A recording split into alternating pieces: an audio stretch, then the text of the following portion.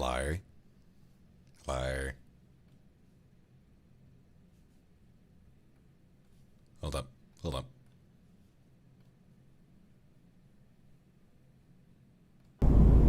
Oh shit. Jesus Christ. I've still got the ambience playing.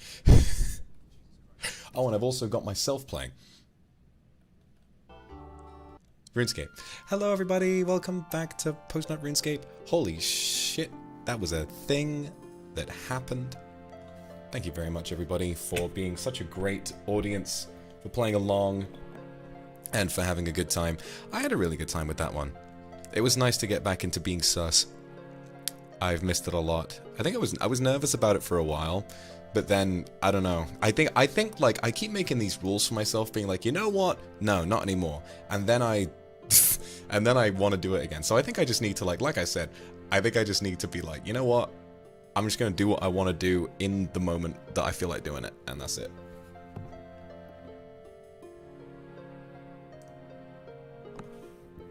I think that's good. That's a good way of doing it. Thank you, Sal. Thank you, Toya. Thank you, Pio. Cookie Cow, Mars, Service Top. That was the goal. That was definitely the goal. Remy and CSK, thank you very much. Doradu's World. Very Bevi, Parang, and Nekosaka. Effie, thank you very much. Arabella. Oh, he's a good boy. Wait. Kamaki, thank you very much. Cello, thank you very much. Please tell the captain that he is a very good pilot and the plane flew smoothly. It did. We had a very smooth takeoff, didn't we? It was good. It was a very interesting experience for me, because being even somewhat submissive is not something I usually enjoy. So I definitely had to like act a lot in that one. But it's not as though I was uncomfortable, because I was happy with the way things were transpiring, you know what I mean? Shizuku, Hikibek, thank you very much. Youngju. Yeah, it is surprising, isn't it? But you know, I was kind of feeling it today, so it's fine. Oblivion Avenue, thank you very much. Masato, Anne, Chaos Nymph, Lou, Gloves, FF, and SSE, thank you very much for the supers, guys.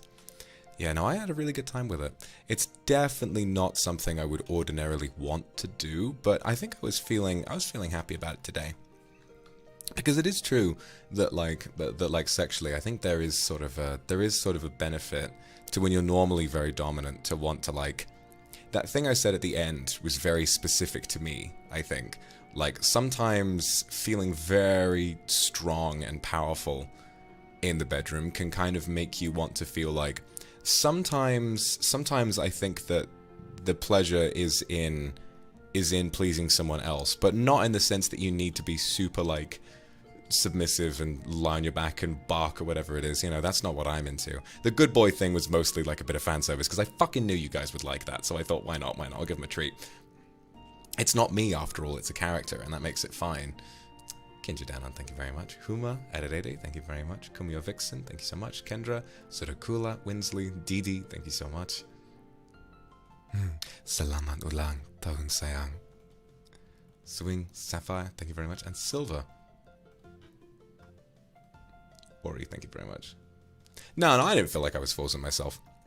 I think I was kind of like half and half throughout most of it, but then towards the end I really got into the swing of things, and it was fun. So I don't want anyone to worry about me kind of like pushing my boundaries a little bit for that one, because I did have a lot of fun with it. It was super unique for me, and I feel like for that kind of character, it really fits to be slightly more submissive. And, you know, I think, like, I've done, so the two, like, I would say, well, the three really most, like, repressed, sort of sexually frustrated ASMR characters that I've done so far would be Librarian and Professor. You know, very similar to each other in a way, in that they are very dominant, but that's their way of like regaining control over a life that they do not enjoy. Whereas the flight attendant very much does enjoy his life, and so for him, like he says pretty clearly in the well, Box as well. Yeah, no, him too. But I think with the flight attendant, he does enjoy serving people, and that sexually is like an extension of the way he already feels, you know. Why no demon horns? Because I was wearing this. I was wearing this for the thing. I figured it'd be fitting to do it, to have like the no makeup look, even though I am made up a little bit. Thank you for all the supers, everybody. I'll read them once I finish killing this dragon. I've got another task to kill like 100 of these dragon. 100 of this one same dragon 150 fucking times. Welcome to RuneScape, everybody. You just join and then you kill. Oh, shit, wait.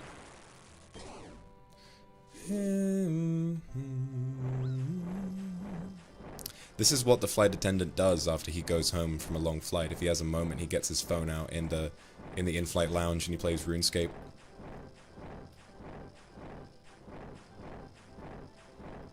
You know what? If I had had more time to prepare, because this week was so fucking busy. I was doing so much work this week. It felt great. It felt great, especially yesterday, to just randomly go live in the morning and play Star Wars and kill the frogs, or try to kill the frogs anyway.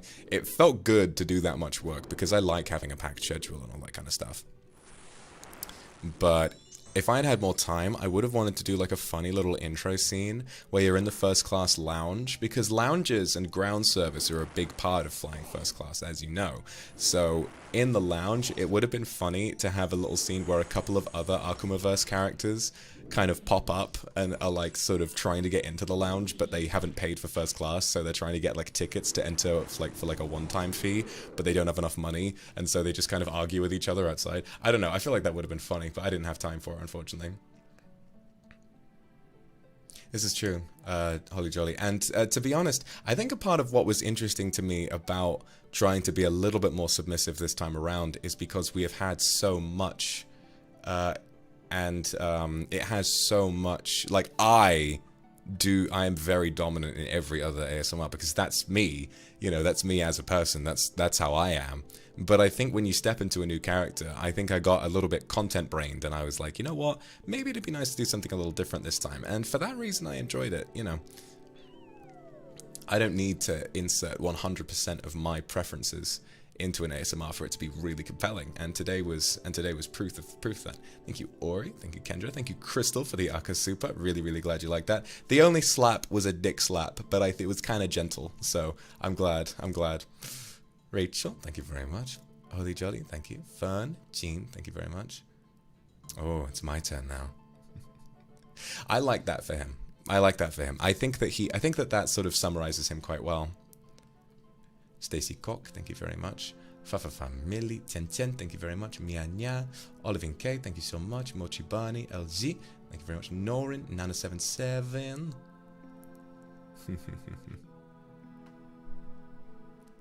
Shushu, really enjoyed that deep and gentle kiss. Yeah, it was nice to lead up to it. You're so good to us. Thank you for your service, Top. It literally makes us so happy when a character is so soft and precious. I'm glad you liked it. I feel bad for Captain Akuma as well, but he was hard at work. He was hard at work, you know? Maybe I could have had a spit roast with him coming in and then leaving the co-pilot to do his job. Glad you liked it. Blob, thank you very much. Meowie, thank you very much. I know you don't really do subby, but it was such a nice treat. How am I feeling right now? It's interesting. Corny, thank you very much. I ain't too worried about it. Inese, thank you very much. It's interesting. It's a very interesting feeling because I had like moments in there where I was like, do I want to do that? Like, I was thinking pretty closely, and so that's why I don't want you to worry.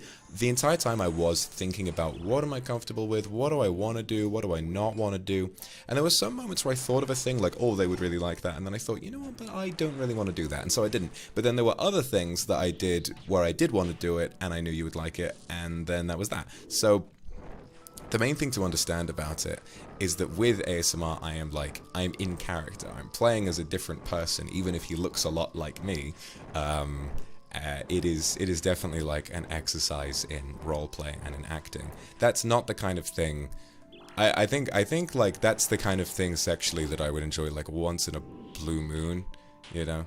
I would also think I would need to be like in love with a person to do that. You know, I would need to feel that way. I would need to feel like absolutely smitten with a person to want to do that with them. If I felt like, you know, that I liked a person but not to the point where I could say I love them, I don't think I would do that with a person, you know. It requires a lot of trust, at least from me, because it balances such a fine line. Like, I definitely get sort of the appeal of it because I have thought about it before. And the idea of, you know, basing your own pleasure around your partner's pleasure is definitely something that is quite arousing to me. But sometimes it can like veer into a submissive sort of realm quite easily, and I think that's where I start to get uncomfortable, is if I'm too submissive, you know. That's why it's not bottom technically, because also remember that the top bottom is not about being submissive or being dominant. It's just a sexual position.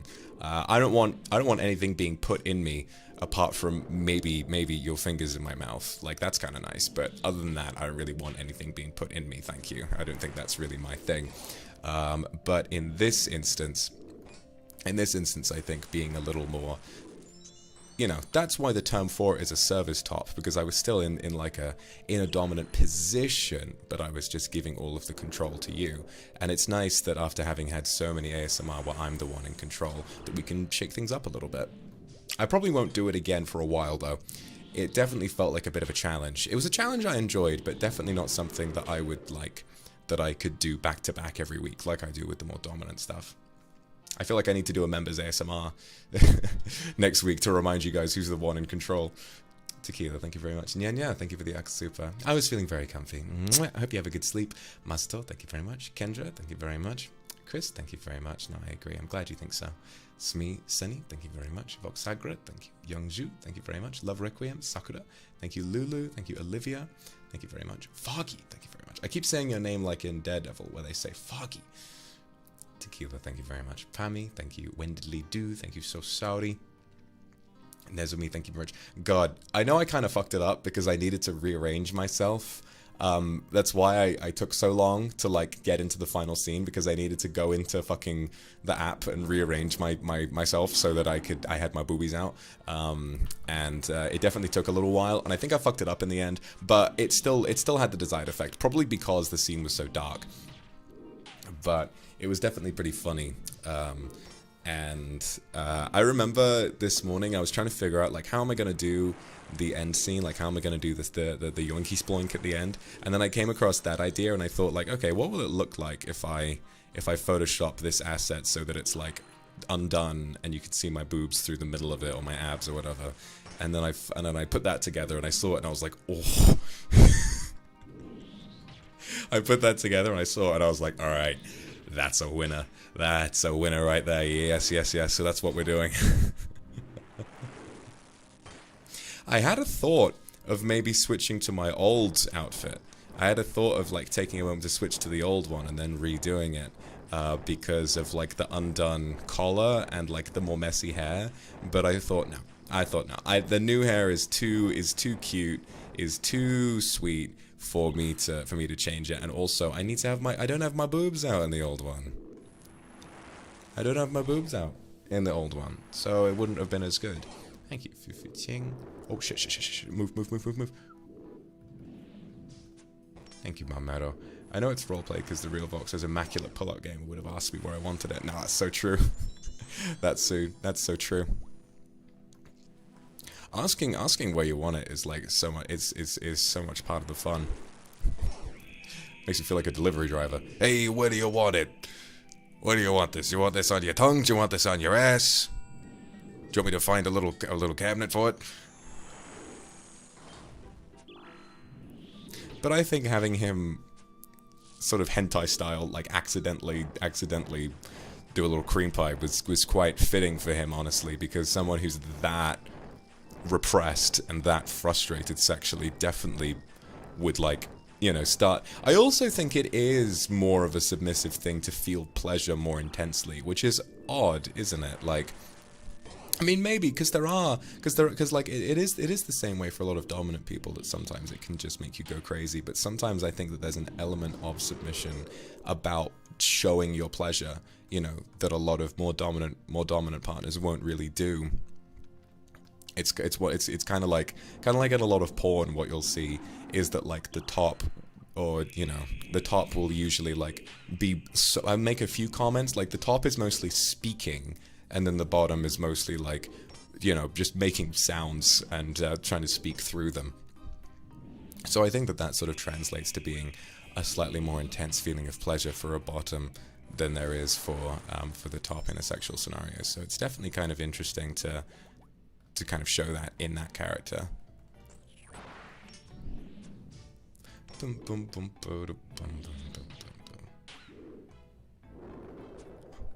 poor boy dominating a wealthy passenger.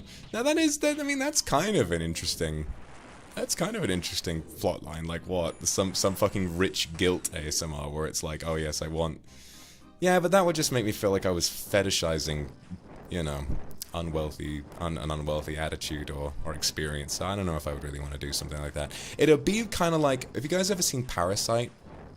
Have you guys ever seen Parasite, where there's the sex scene where the rich husband and wife start he starts sort of playing with her, and they get like a really old, like cheap pair of panties for her, and they kind of fetishize the idea of being poor, and it's really weird. It's a great scene because it's so uncomfortable. But they do definitely, like, you know, she says stuff like, oh, sell me drugs and all that kind of stuff. So it's just weird, like, rich people feeling so disconnected from what it's like to be poor that they almost find the idea of being unwealthy and dirty to be sexually arousing, which is really weird. Rich people really be like that.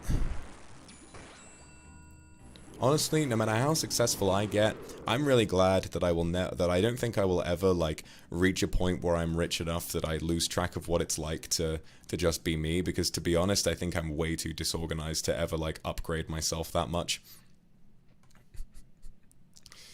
TJ, thank you very much. Kaonon, thank you very much. This sort of false impression that we can't have someone be vocal and overwhelmed and still be in completely control of the situation. Yeah, it's definitely like, I think the thing is that being a top is like, a lot of the time, it's fucking exhausting, you know?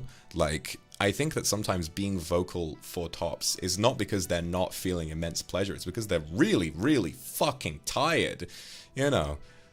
One of my favorite tweets I've ever seen was one of of this guy making his girl sort of simulate like the hip movements that a top has to do, like in Missionary, for example. It's like, yeah, see how long you can do that for, and she's like tired after about 3 minutes. It's really funny. It's a lot of work. It's a lot of work. So I think like a lot of tops will just save their breath. You know, they're feeling pleasure, but they'll just kind of like save their breath for breath noises rather than trying to also think of a million different sexy things to say. Tamamaki, thank you very much. Leonaki, Alokt, thank you very much. TJ, Kendra, Yaoi, thank you very much. You've had a dom or sadist BF who was a moaner is incredible, hottest thing I've ever seen in my entire life. I do think men should moan more. Marlo, Grace, thank you very much. Chris, thank you very much. Gu, Nekosaka, thank you for the Akasupa from Summer. Today is my birthday, and this is the second time I celebrate my birthday with you during an ASMR stream. Very unfortunately, I'm on my vacation right now, so I can't watch most of the streams. That's okay. Hopefully I'll get to see you soon. Inja, thank you very much. Harumi, thank you for the Akasupa. I'm really glad you liked my acting. I had a lot of fun with my performance. Nezumi, thank you very much. How dare you tip a first-class concierge? We don't take tips. Excuse you. I'm joking. Thank you very much. TJ, another TJ with a super. Leonaki, thank you very much. Tamamaki, thank you very much. For those of you who are worried, I'm definitely a moaner. I'm just going to put that out there. At least I would be. Amok Moon, thank you very much. Amok Moon and Ring, thank you very much. Tokito, and thank you Aura for the super. Still call you daddy for this. Now that's nice. It's nice that I can act in a different kind of capacity and still come back to what I really want in real life. Thanks, babe. Nabi, thank you very much. And Rachel, thank you very much. Haven't been on a plane for a while, so it felt so real. Yeah, I found that sound effect on prosoundeffects.com this morning. Shooting Lapo. Oh no. Fuck. I guess I really am gonna be daddy now, aren't I? Oh dear. Oh well. Just gonna have to accept that. Ignis, thank you very much. I'm here to serve you customer service. Z2, thank you very much. If we asked the flight attendant to dominate, would he do that? Absolutely. Oh, absolutely. I think that he would. Do you know what I think? I think that if I wanted to experience what it would be like to be like that true service top kind of thing, but I think that if in the ASMR, like let's say the character, the viewer, asks, like, can you dominate me? I think that it would like really take over him. Like I think he would really not hold back. because I think that sexually he, as a person, is probably very used to not having to worry so much about that kind of thing, like not having to worry about holding back. So I imagine, like, as an expression of, oh, this is what they want, I am serving them in the way that they want, and so they want to be dominated, and so that's what I'll do. I imagine that he would just be going as deep and as hard as he possibly could, and he would be moaning really loudly, to be honest. I think it'd be like him absolutely loving what he's doing, and then like the submissive part of him just keeps, like, you know, coming out of him in a way, like he can't keep quiet. I don't think I would have had, like, the nerve to do something like that. Maybe another time. Maybe in part 2. Maybe. I'll have to think about it. I feel like obviously with YouTube I need to balance how much we actually do. So I definitely get what people wanted when they asked for a round 2, but I don't think I was feeling like I'd done enough. You know. Nana, thank you for the Aka Super. I waited 2 months for your 8 CDs. Glad you took good care of him. Wait, waited 2 months for your 8. Glad you took good care of him. Oh, I take good care of him every day. I still enjoyed the whole stream. Oh yeah, I didn't see. No, I didn't slap you. I slapped your face with my cock. Chanjia, thank you very much. Yui, thank you very much. I normally don't super you during this ASMR, but you got me this time. I know I did. What, are you trying to act like I don't get you every time? Well, you're trying to act strong for me now. Rebecca, thank you. Plot fail, thank you very much. Kylie, Black Crown, Sinba, Beriran, Ethereal Waters, thank you very much. Oh, thank you. I would not want to be called a good boy in real life. I really wouldn't. Kendra, thank you very much. I didn't mind it in the ASMR because, like I said, I was playing a character and I was having fun kind of getting into that role. And also, I knew for a fact, I was like, these motherfuckers are gonna love it if I say that. But I really, like, I think I would be really put off. You know what? You know, if I was having sex with someone and they called me a good boy, I think I would either, like, just if I was really into it from the beginning, then I would probably, like, I would literally just cover their mouth, say shut the fuck up, and then I would do whatever I wanted. If I wasn't feeling into it, to be honest, I think I would just go flaccid and leave. Like, if it was already bad and they tried to do that shit, I'd be like, I'm sorry, this isn't gonna work out. That's just, I'm sorry, it's just not for me. Thank you very much. To Maruilin, thank you, Feronia. Oh, congratulations, you passed your foreign language proficiency. That's really, really good news. Really glad that you could have learned from the final boss of English learning. Youngju, thank you. Lily, thank you very much. Gasping at the booba scene. This is the best part about having this new outfit, is that I get to show all of this off. More tools for ASMR. Kidiva, thank you very much. I forgot I had my hand tied, and I was like, oh shit, wait. I found a way to make it work. Like, you wanted me to read it. I think there's something kind of humiliating about trying to be dominant when you're already tied up, you know? You may also, thank you very much. The pee-pee smack. Oh, you can't lie to me that easily. I can see through you. Cameron, thank you very much. Even if you don't tag them, I see the little doodles you do. Yitsinger, thank you very much. Irishin, thank you very much. And Mochipani, thank you very much. And Sophie, thank you very much.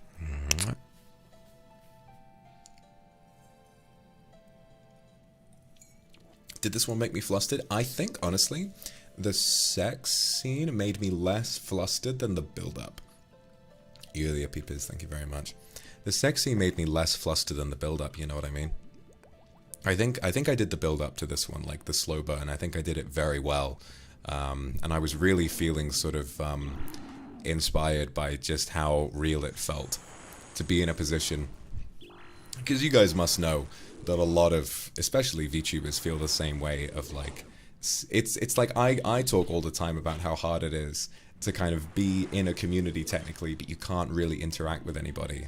It feels so oppressive to be the source of so many people's pleasure, but to not get to partake in that pleasure yourself. So there was definitely an element of my own personality in what it feels like to be you know, wanted sexually by so many people, but to not actually get to participate in any meaningful way apart from making ASMR, you know. It's a weirdly frustrating experience, and it's like, it's something that I accept, you know, like I'm like I get it. It's just part of the gig, but it is sad because, you know, there's such a genuine amount of personality in the people that you stream for. And I mean it when I say that I remember people's names, I remember people's profile pictures, I think you're all amazing, and it's just, you know, it's weird. And so I kind of get what it must be like for him to have attention from so many random passengers, and he gets all of these thoughts in his head like, God, what would I do if things were different, if circumstances had changed? Shit. Just about lived. Fuck. What would I do if circumstances were different, and blah, blah, blah. And so it kind of made it easy for me to get into character in that way. The submissive part was harder, but I also just sort of, I knew that I wanted to do that for this character. And so once I got past like the initial part, once I got past like the build up to it, and I think that the big part that made me the most aroused and the part that made the rest of it feel easy was the part that made it feel the easiest was the whisper part that I did. I love that.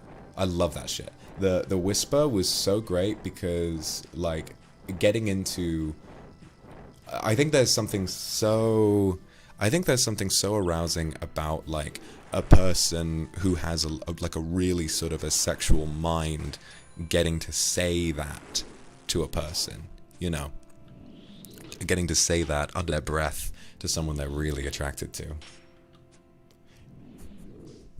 You're welcome. Now, you did unleash the Rizzly Bear. I had the fucking Wizard of Oz on my plane. Quantum Rizix. But at the same time, it was nice to kind of change the vibe around, because it's normally me rizzing you. So, you know, how does it feel to be on the other end of the foot?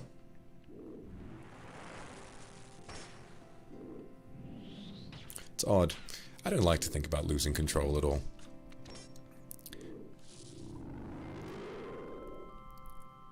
At least not in real life. I don't like to think about the situations where someone would kind of put me on my front or whatever it is. It would just make me feel so helpless and weird. Like, I definitely get the appeal.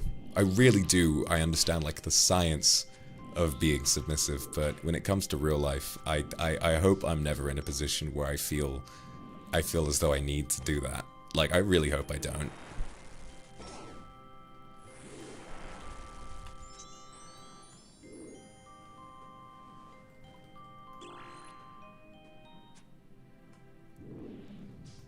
Oh, all a matter of preference. I'm not saying that anyone who is into that kind of thing is wrong. I mean, you know. So what was it? What was it I said a long time ago? It was like it's great that subs exist because doms need someone to fuck, you know. And I imagine being submissive, that's what you want to hear. Just existing for someone else's pleasure. I think that's part of the fun.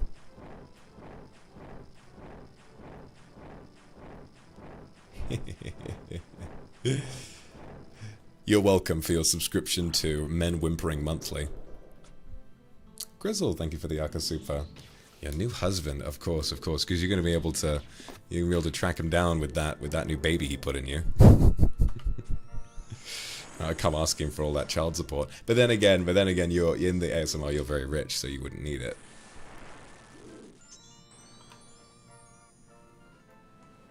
You wouldn't take child support off a man poorer than yourself, would you? You wouldn't be a multi-millionaire who still takes child support off a man who works a service job, would you? Oh. Oh shit.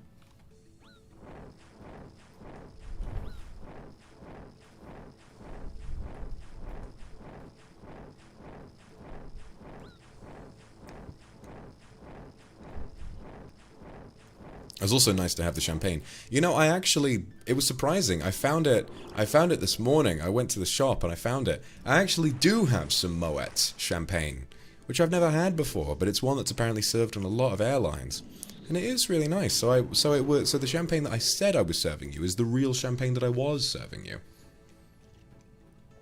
Claramacho, thank you very much. Ignis, thank you so much. Miawi, Weko, Lev, thank you. Sabu Vilonica, Katie Kane, thank you very much.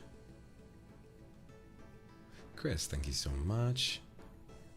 I've observed submission in person, understand it in the ways that I need to, but I've never been able to get into it myself. No, it makes a lot of sense. It makes a lot of sense. It's like when I see someone else doing it, I'm like, I find it deeply attractive. I find it deeply attractive when someone is confident in the way that they enjoy that.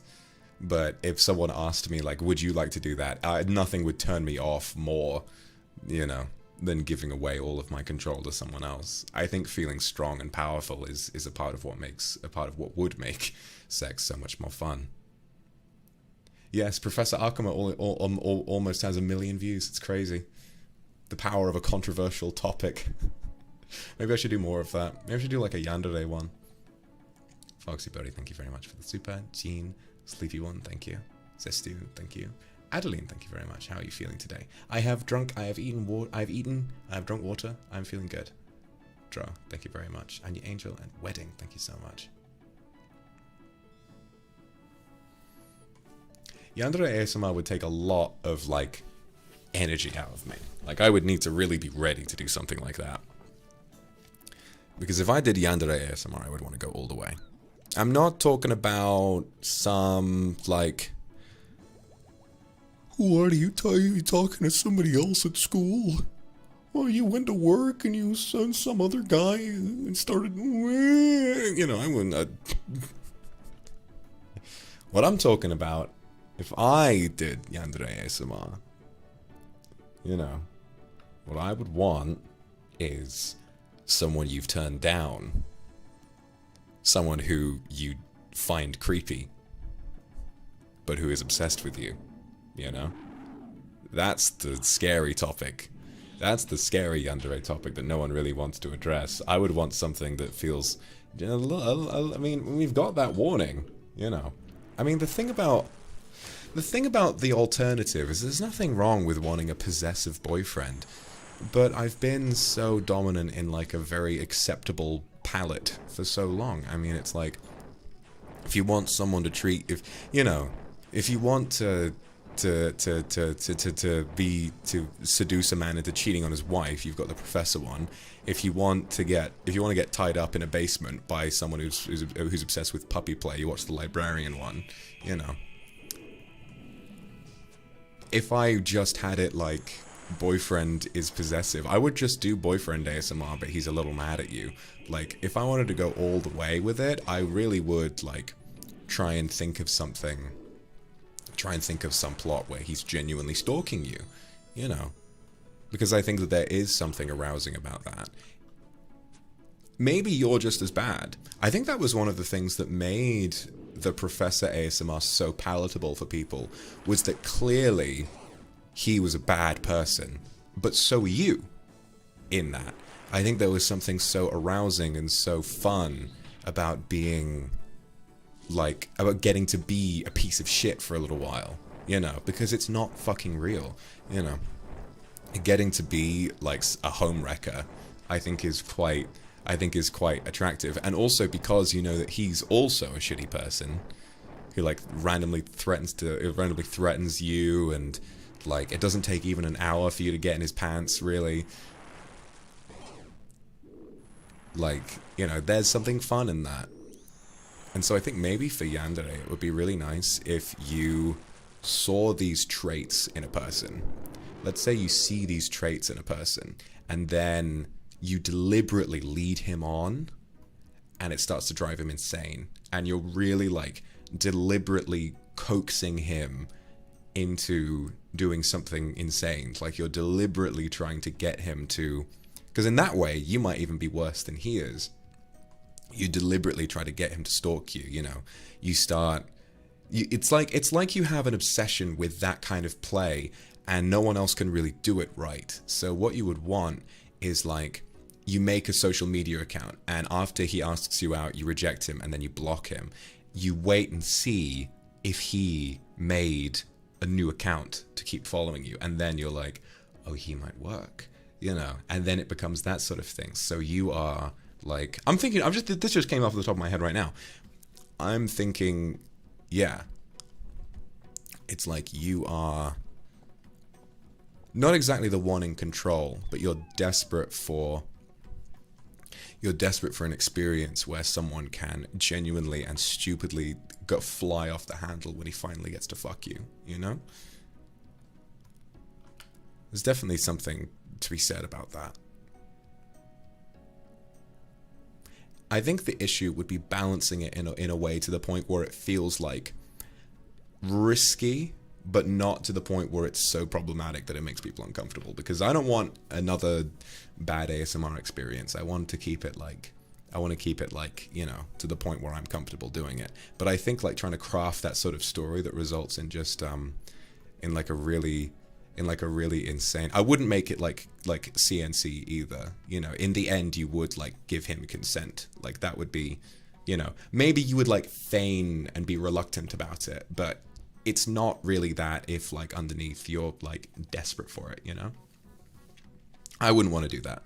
I wouldn't want to use that word because that makes me really uncomfortable personally. Like you in your own way do whatever you want with your life, but as long as you're, you know, as long as you're careful and you respect people's consent in a real sense. But for me personally, I couldn't do that.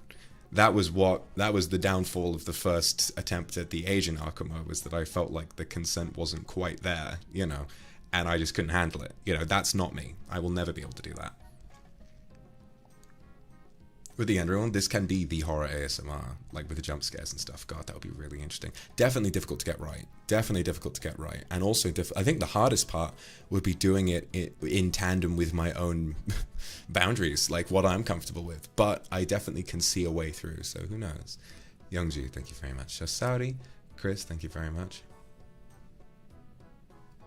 Yeah, Chris, no, that's true. There's a lot of ASMR out there that you can enjoy. Chaos, thank you. Grace, thank you. Maru. Anastasia, thank you very much. Lucky Ducky, thank you so much. Could try doing pre-recorded. Now, that is a really good idea. That is a really good idea. Once, because it's Golden Week in Japan at the moment, a lot of staff are getting some well-deserved time off. So once that's over, I think what I might do is approach them about like the whole higher member tier thing, like a drama CD, and see if there's some stuff I can do with that. Because pre-recorded ASMR, I think, would enable me to do a lot of new stuff.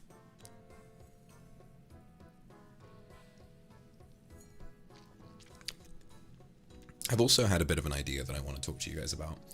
Kendra, Witchestry, thank you. Yep, Being Maureen, thank you very much.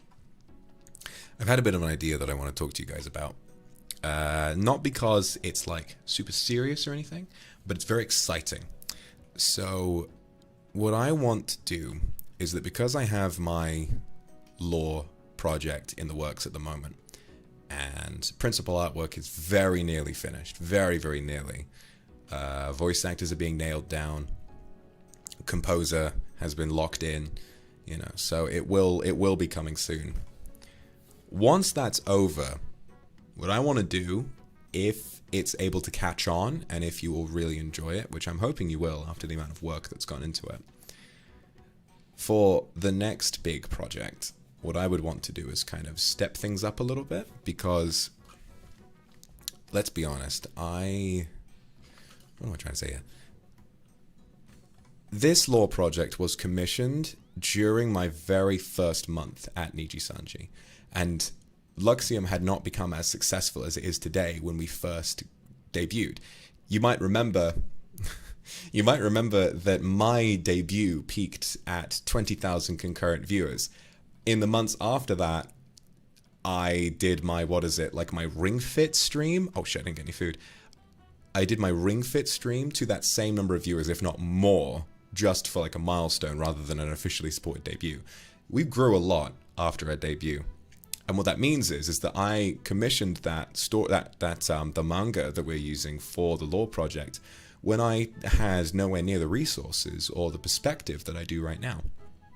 So now that my perspective has changed, and now that we're so much bigger, I've had an idea, because I already have essentially an outline for the chapter after, you know, for the events that follow what you're about to see next.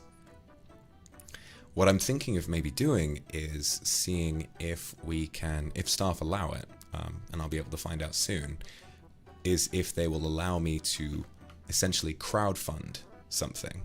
So where this is a long-form story that works within a reasonable budget, because all of the artwork was done by one artist and it's not animated in any meaningful way. It's just still art that will be edited in a way that is really compelling. I'm thinking if we had enough, maybe something that is fully animated. Maybe that would be very expensive, but I mean, after the charity stream, we raised 126,000 in just 24 hours. I'm thinking, what if, because that at that point, that's my dream coming true of being able to make a movie, you know. Imagine being able to raise enough to make something that is feature length and fully animated. Now, I'm not sure how we would do it, and I'm not sure even if having a crowdfund is allowed, and I'm really hoping it is, because it would be a shame to get so excited about something and then not be able to do it. But it would make sense for, you know, I wouldn't exactly be like mad at the rules for that. It's just one of those things. What I was thinking, in order to make sure that there's enough hype around it and that we reach that goal, I'd quite like to do an uncapped subathon, actually, or maybe cap it at a month, because I know that with that, there's the potential for it to go really well. I've proven over the years that I can stream for a long hours. I'm not afraid of that. I mean, this week alone, we did 16 hours on Star Wars, only 1 week after I did 12 hours for my birthday. And the thing about a subathon is that I can, you know, imagine a whole month dedicated to raising money towards a film project. I think it's possible. I think it's completely possible. And then after that, I mean, who knows? It would be such an incredible project, and I think that that's kind of the direction that I want to move things in. I'll be honest, right? In the time that I have been working, I've loved streaming. But I think I've loved streaming so much that I for a while lost track of why I originally joined NIJISANJI, which was to further my dreams as a filmmaker, and was to get to tell stories in a very unique way. And VTubing is an extremely unique format and an extremely unique medium, and it inspired me creatively. The streaming part I always thought of as secondary. Since then, it's become so much more, and I love it so much, and this is a job that I would never trade for anything else.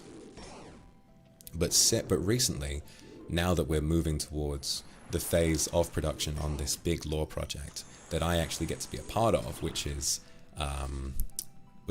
directing voice actors, producing, so handling legal stuff, assembling a cast, making trailers, and also this project is one that I am going to edit myself, which is going to be a lot of fun. I have a ton of experience with editing. I really think that I'm going to be able to do a very good job. It's actually to the point where I'm editing it because I don't trust anyone else to do as good of a job as I can. I really am very confident about my ability to get the pacing right and to set it up in a way that's perfect. So, you know, that's going to be my focus for a lot of time. It'll probably be that when the artwork comes back and once all of the voice acting is done, I'll probably be streaming during the day and then working all night on this project. But I know that's going to be great because it's something I'm so excited for. So yeah, that's kind of where I'm at the moment. I think that a lot of my motivation for it comes not just from the artistic side of it, but also how excited I am to see how the community as a whole is going to react, you know. Because I think that every VTuber has lore, and it goes, and it ranges so much in some severity. I mean, we have the best example of someone who doesn't take their lore too seriously is Shu, who, as a result of not taking it too seriously, has some of the funniest lore. I love Shu's attitude to it and the way that he has, like, the way that he set up his little stories. I think they're so funny. And then it can range all the way from someone to have, like Fuchan, who has a whole series of written stories that you can read about, you know, his adventures as Legatus 505 and so on and so forth. I think that because it's the thing about that though is that I feel like a whole movie is so insanely ambitious that it hasn't. I mean, I don't know. Maybe I'm wrong. Maybe someone else has done it, but I don't think that something of that size has really been done before. And I'm very excited by the prospect of what it would do for this community if people on the outside who don't understand VTubers could look in and see a whole movie, a really well-made, well-animated film with a good script, with good performances. I've already had like a load of silly ideas about it. I've already had a load of really silly ideas about what I would want to do. Like maybe to have like a very limited theatrical release, like very limited to the point where like we would rent out some theaters, you know, in very select locations and stuff like that, and then, you know, have like a opening premiere or something. I think that'd be really fun. I mean, I don't know if that's even possible. This is just me spitballing, and so if some of this doesn't happen, please don't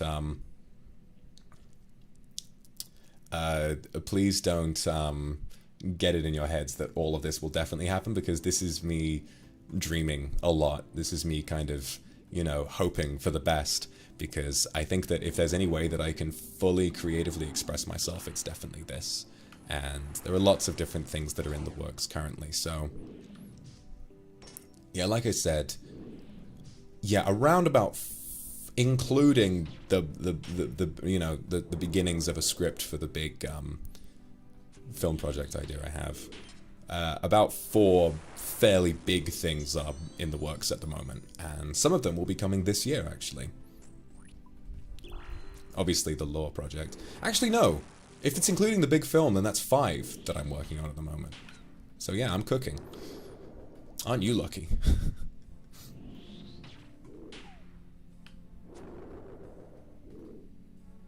Trying so hard not to rattle them off in my head, because I know I'm going to say it out loud and I don't want to spoil anything. No spoilers whatsoever. You'll see what happens, you just have to wait. If only I could just get them all done immediately, but you know, these things take time. I also want to make you aware of the fact that for Luxiem's 2.0 reveal, the whole announcing it 24 hours before it comes out, that was our idea. We discussed internally, like just in our private group chat, boys we have, just in our private group chat, we discussed like, how should we reveal it? And then I think it was Shu who said, why don't we just announce it randomly at the end of a collab and then reveal them the next day? And I thought, you know what? That's really funny. Because I've wanted to do stuff like that as well. You may not remember, but when I did my 1,000,000 subscriber karaoke, New Sidonia was in the works at that time. It was the animation that took a little bit longer than anticipated, like a couple of months after the karaoke came New Sidonia. I wanted for that, because I sort of, I don't think there were delays. I think I just misunderstood what the animator was capable of doing. Not in a professional sense, but in a they were busy with other projects sense. What I wanted to do was to finish the karaoke and say, but I'm not done yet, like Billy Mays, and then just drop the cover out of fucking nowhere, no build up or anything, just immediately release it. Like, my very first cover is being revealed in 5 minutes. I really wanted to terrify people like that. I thought it would have been so fun. Hi guys, Billy Mays here. So I just want to make you aware, I won't tell you how, but because that's something that I wanted to do, it doesn't necessarily mean that I never will. Okay? So just keep your eyes peeled. I won't always. There might be a huge project that I do where I don't reveal anything. But then there might come one where out of nowhere there's a random announcement made at the end. I'm just saying, I haven't decided yet. I might do that. I might do that. I can't believe it. Okay, listen, I love you guys, but sometimes your expectations for us are way too fucking high. Like, it's honestly, it doesn't bother me, it's just funny. Like, oh god, this is gonna hit me. After the, so after we revealed our outfits, I was the one who organized the raft collab, and I basically said to the guys, I was like, listen, we need to do a collab in, like, our new outfits. And they were like, oh yeah, sounds fun. And so we did raft. And couldn't organize it on time for last week. I would have wanted to do it last week, like, you know, to kind of capitalize on the hype of the new outfits, but the fact that we did it at all was really fun. I saw some fucking people on Twitter saying, like, oh, what if this is their 3D announcement? And I was like, I was like, let him believe, let him cope for a minute. No, it's fine. Oh, it's like that line that Yoda says in Attack of the Clones. Ah, truly wonderful the mind of a child is. It was lovely because I was like, oh wow, they're so hopeful and idealistic and naive. Wow. But seriously, like, it is nice though. I like it when you all get hyped for things, even if they're a little ridiculous. Because I've been there. Right? I've been there. I've been a part of 2 major communities. When's the 4D announcement? Oh yeah, smell-o-vision, so you can smell my dick when I slap you in the face with it. I've completely forgot what I was going to say now.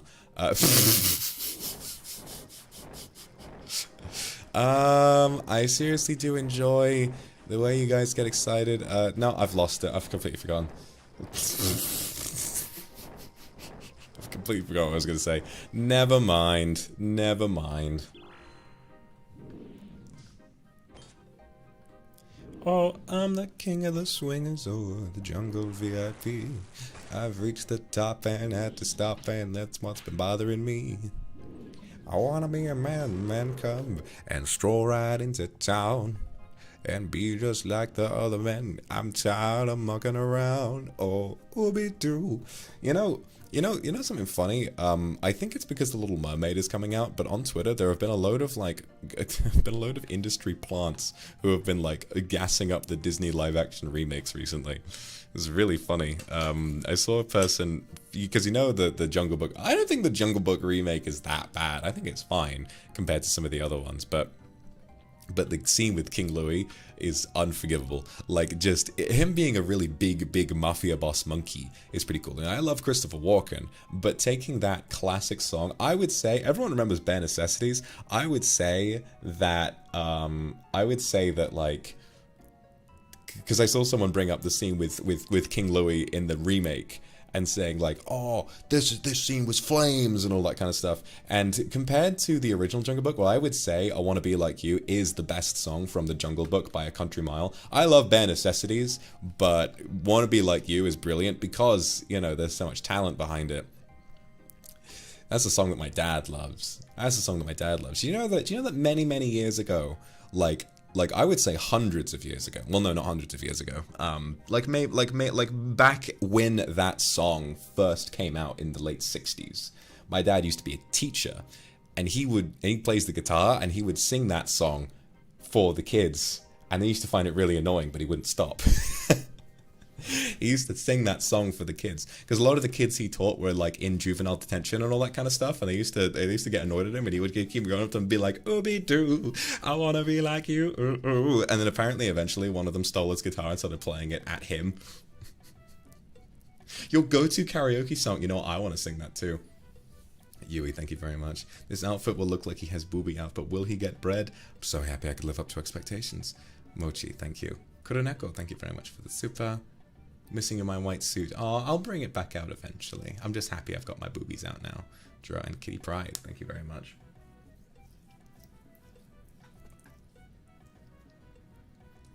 What was I going to say? But yeah, anyway. Yes, so a beautiful song. So funky, so much fun. The I Want to Be Like You from the original. And then in the remake, it's the only song they've got. So I guess it kind of makes sense that it's not terribly musical.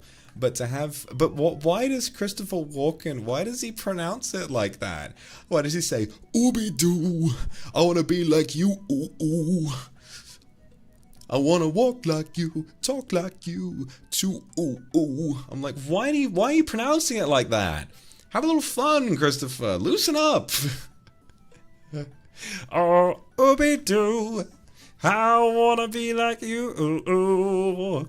I want to walk like you, talk like you too. That's kind of how I feel. I'm a demon. I want to be like you. I want to be around the humans.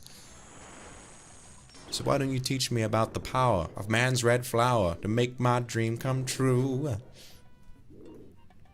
Give me the secret, man cub. Come on, tell me what to do. Give me the power of man's red flower so I can be like you.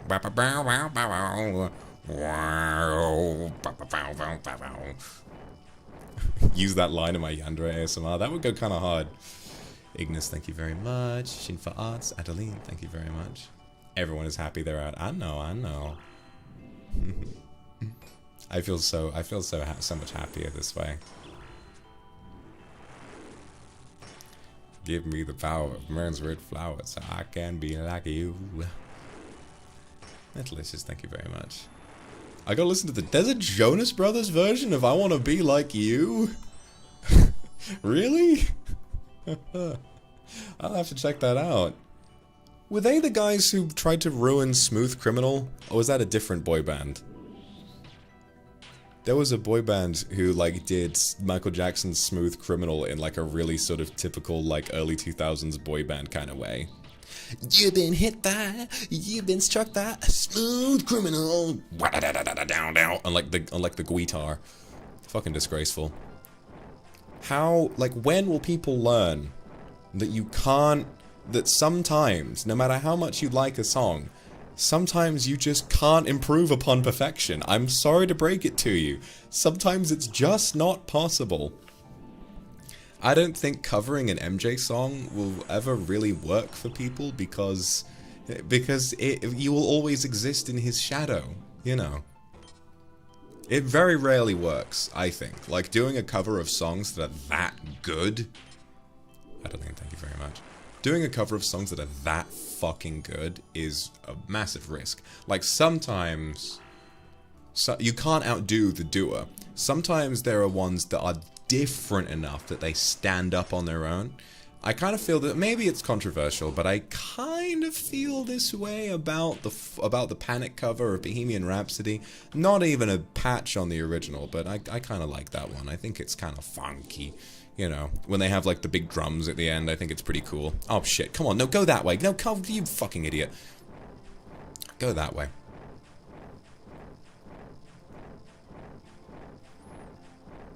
What we have to remember about covers is that they're brilliant, but I think that it's like sometimes it's always brilliant to have a cover. I mean, I've made a cover, but what we have to remember is that the person who made the cover is kind of standing on the shoulders of someone who wrote an original song, and, you know, it's very rare to reach a point where you'll be better than the original, and even if your cover is better received than the original, you still didn't write it. So, if you make a cover, always remember to be respectful to the artist who created it. I don't know where I'm getting this, like, soapbox rant from. But, you know, I guess I just have this, like, idea in my head that there must be some guy somewhere. Because it's always been a thing online of, like, people with no real talent, like, working on a project that they think is gonna fucking change the world, you know? And it's just so obnoxious to, like, be working on something so, like, specific to them and so kind of, like... But they're not talking about the artistic beauty of their project. They're talking just about, like, how successful it's gonna be. And I've run into a lot of these people before where they'll, like, you know, because I used to be a voice actor, or like, you know, like a very kind of a petty change voice actor. They'll, you know, it'll be like, oh, this is going to change the world, and I'll look at it and I'm like, really? Sometimes, you know, the beauty in something is just in how you make it, and I think that understanding reasonably how successful something will be will help keep you humble, and in the end, I think will actually make the project better. You know, there's nothing that breaks my heart more than when a person has a decent enough idea for like a film, let's say, but they're far too fucking ambitious. Like, they're so ambitious that with their tiny little shoestring budget and with everything they've got, they're like, I'm gonna make a Hollywood level action film. I'm like, you would better be Tarantino in a new fucking pair of shoes if you want to pull off something like that, you know. Hey, do not speak of Neil Breen's name like that. Do not bring down Neil Breen like that. He is making his own type of films. He has created his own Hollywood. It's Neil Breen's world. We're just living in it.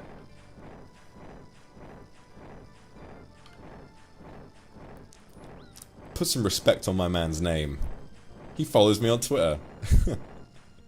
Can't believe I could say that now.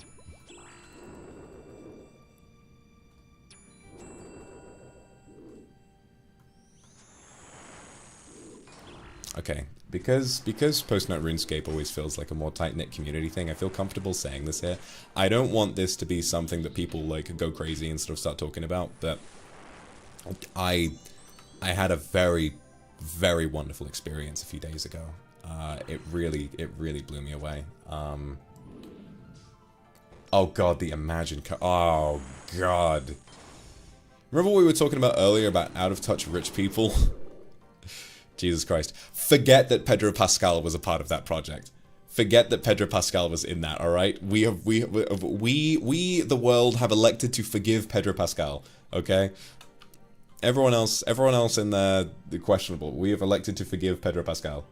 Isabel. But, I pretty much out of nowhere, because I already followed him on Twitter, I have no idea how, I have no idea why, but I got followed and had a very brief chat with David Wise, who is the composer for Donkey Kong Country. And I want you to know that when I saw this, I thought it was a completely random notification of like, you might like to follow this person. And then when I looked at it, it took like, I quadruple checked to make sure. But yeah. We had a brief chat. He said he liked my cover, and I said I was a big fan, and, you know, it wasn't much, but it made me very happy. It was a real moment that I never could have seen coming in all of my years on this planet. It was really fantastic, and I hope I get to speak to him again. No, it's real. It was a really fantastic experience because, like, I don't know. Again, one of those musicians who makes music that is so incredible you can't even believe you're hearing it. Thank you, Isabel. Thank you, Chris. Thank you, Cyanite, for the super. It is really cool. It is really cool. Oh, I keep forgetting to pick up food. I'm so stupid. I'm such a stupid boy. Oh, I'm a stupid boy. But yeah, like, from every Donkey Kong Country game through the first one, through to, not 3, but through to, Tropical Freeze, it's all him, and just some really beautiful, uplifting, atmospheric tracks, even down to the classic main theme,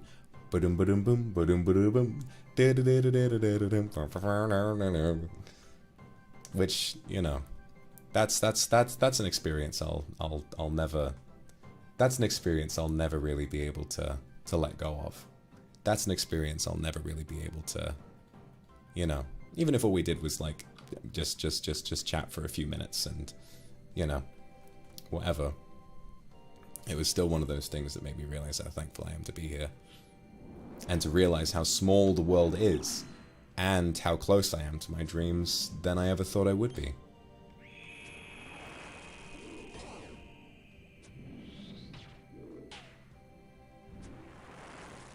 Thanks, Chris. It is pretty crazy, isn't it?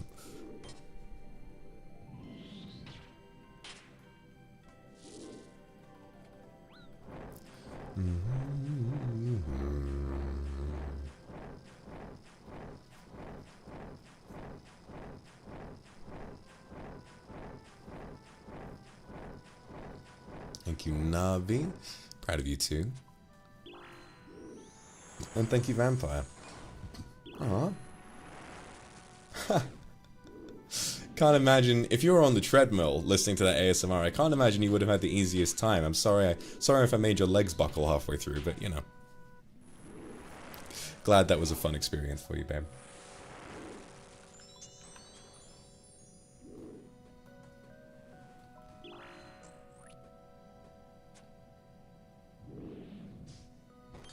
Olivia, thank you very much for the Akasupa. Your guilty pleasure is fulfilled now, I'm glad.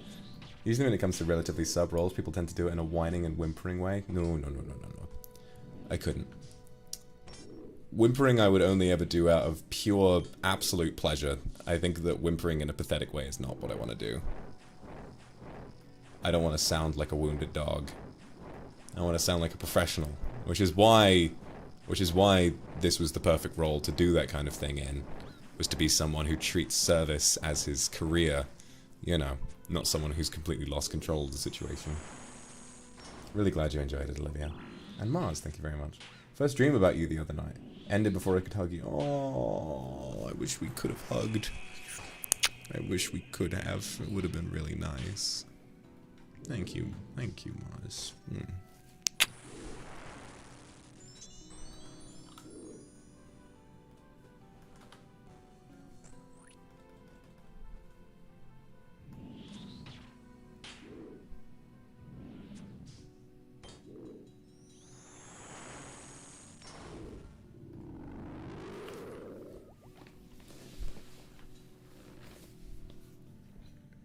Very marriageable. That's a great way of putting it. I don't think that makes any sense. Marriageable? Wouldn't it be marryable? Eating it, thank you very much. Oh, what's wrong, babe? You don't like it when I call you nicknames? You don't think that's sweet? It would be so awesome. It would be so cool.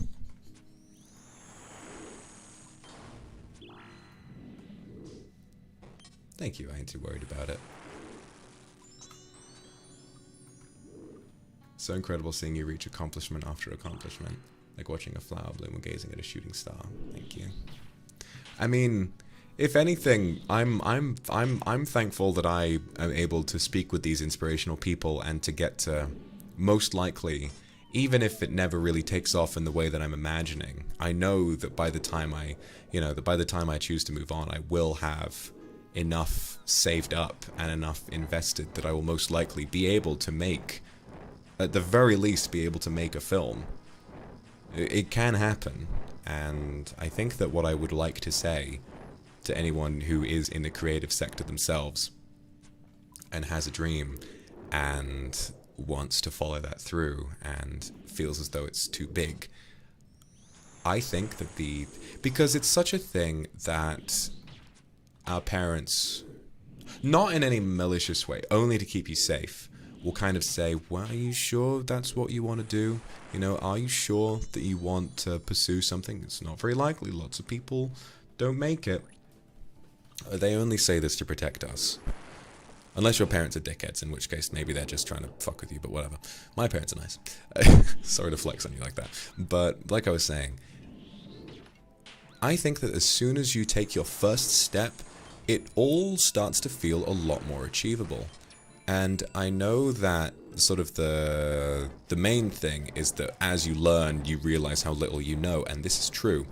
But I don't think it feels depressing. What I think it feels is like, wow, you know. The thing about all of this is the fact that what you often see, if you, let's say you make your first ever film, like you get your whatever camera you have, you get your phone, and you try making something, and you look and you compare it to someone at the very top who is making films on a Hollywood level or, you know, in any other reasonable high budget capacity, and you think, geez, what the fuck is the difference? The thing about it is that as you dig deeper, and this applies to any sector you might want to get involved in, as you learn more, you'll realize how much you don't know, but this will help because you realize what you actually need to learn in order to make it that far.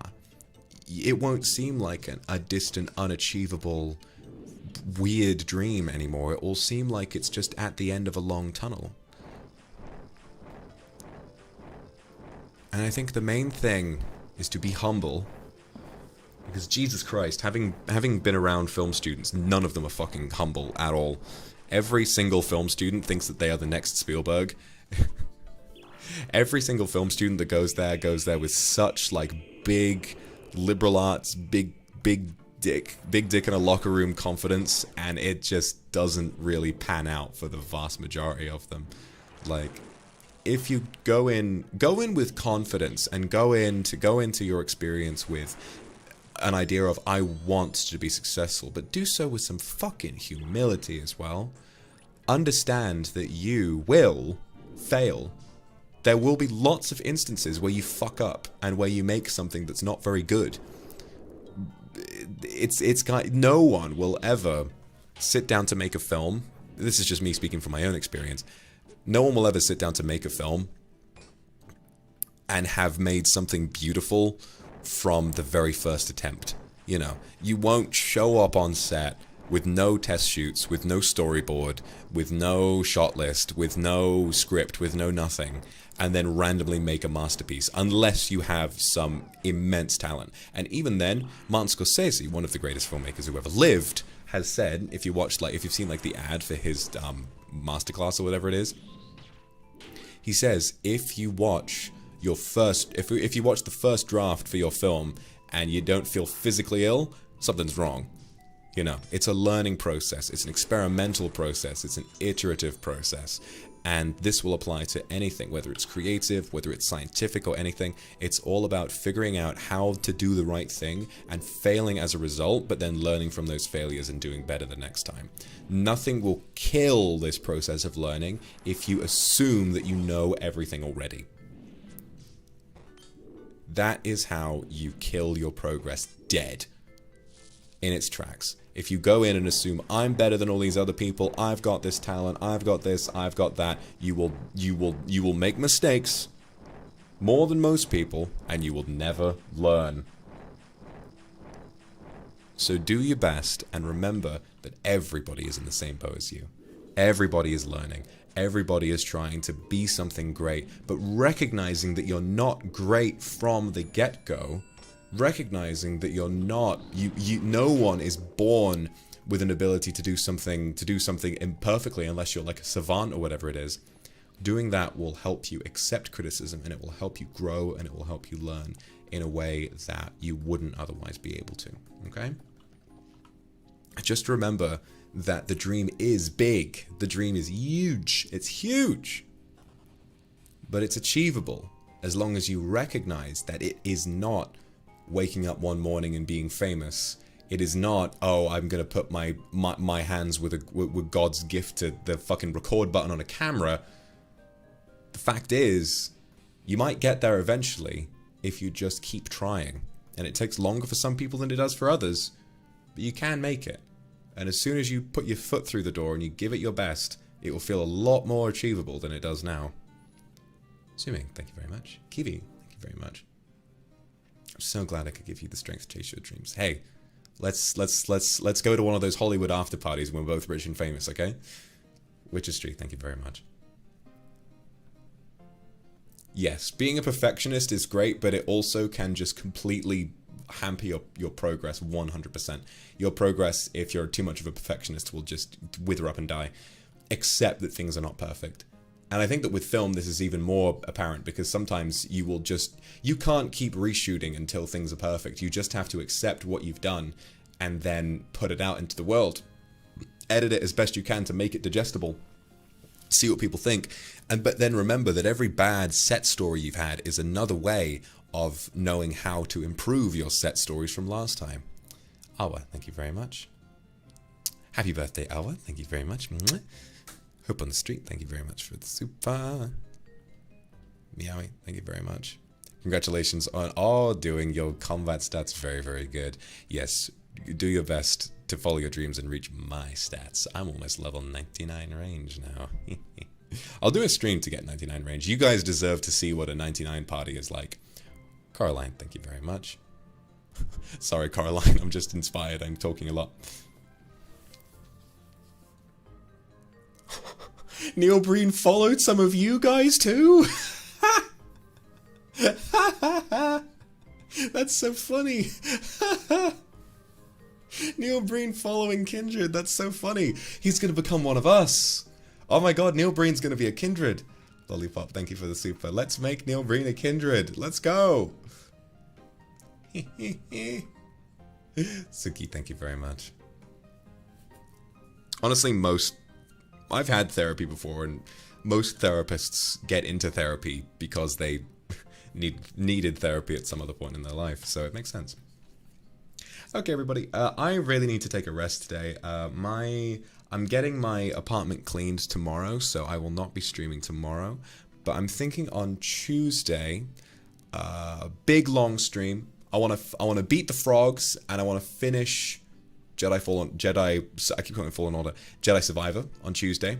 I'm going to take that time also to see if I can't secure the last cable I need to finally play DK64. So that's still in the works, and it will happen once we're done with Star Wars.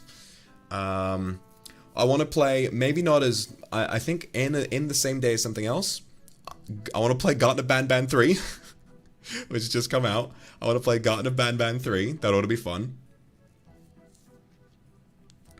And then we'll do the project stream. We'll do the project stream as well. We'll take a look at everything there. Next week ASMR, I'll do something soft. I'm gonna be honest. I saw a prompt for it, and I'm kind of tempted. I kind of want to do cowboy ASMR. I think it'd be really funny. I think it'd be really sweet. They'd just be like, oh, yeah, my mama taught me how to treat a lady and all that kind of stuff. I kind of want to do that. I was going to do that this week if I didn't feel horny enough to do this one.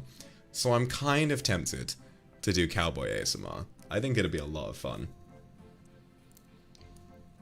Well, you know, it's fixing to be high noon somewhere in the world, and, well, you know what my mama says, it's... You fancy a glass of moonshine, I swear it's 9 o'clock somewhere, baby, so you go ahead and drink up now. I reckon I can do that. I'll just sound like Cassidy the entire time. Oh yes! Gonna be playing Overwatch with Selene. Playing Overwatch with Selene and Sani, which ought to be a lot of fun. Star Wars Watch Along 7 to 9, we will do that as well. So yeah, lots to do next week, lots to do. Tamamaki, thank you. Rebecca, thank you. Sal, thank you very much. Jenny Alex, Saku, thank you very much. Aura, thank you very much. Oh, I'm glad to get you back into Star Wars. I'm back into Star Wars now as well. I'm having a good time. I want to get a lightsaber. Chris, thank you very much for the super. Nana, thank you very much. Living Avenue, thank you very much. Sunny, thank you very much for the Aka Super. Thank you very much for the Aka Super. Important. Thank you so much. Happy anniversary of being a Kindred. It's nice to have you here. Thank you very much, Rumi. Thank you very much, Bluebird, Mimi Bahiti, Yulia Fifis, and Shako. Thank you so much. Kindred. Juanita is here. Alright, that's going to be all from me. I'll see you guys on Tuesday. I'm going to take a well-earned day off tomorrow. Probably going to go for a nice nature walk and see if I can't. I'll look online and see if there are like pub walks near where I live, so I can go on a nice walk and then go to a pub afterwards for a meal and a beer. So I'll do that tomorrow, and then I'll see you guys well rested for some more Star Wars on Tuesday, and then the rest of the week we will be doing all sorts of different things. So I will see you then. Bye.